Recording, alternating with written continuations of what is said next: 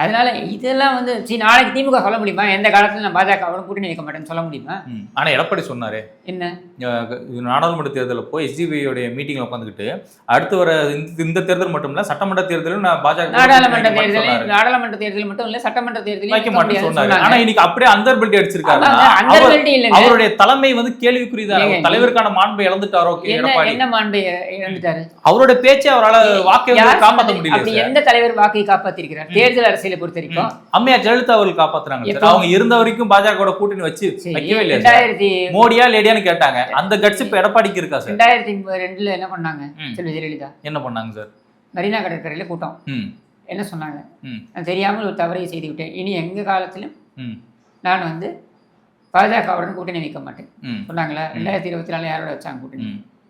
யாரோட வச்சாங்க? இப்ப நீங்க தலைவரா ஏத்துக்கிட்ட அம்மையார் ஜெயலலிதா அவர்களே வாக்கு மாறிட்டாங்க. தலைவரா ஏத்துக்கிட்ட யாரா இருந்தாலும், எந்த அரசியல் தலைவரா இருந்தாலும், நீங்க எந்த அரசியல் தலைவரா எடுங்க, நீ எந்த அரசியல் தலைவர் வேண்டுமானாலும் எடுங்கள். தேர்தல் அரசியல் என்று வரும்பொழுது அவர்களுடைய கணக்கு வேறு மாதிரியாகத்தான் இருக்கும். சரியா?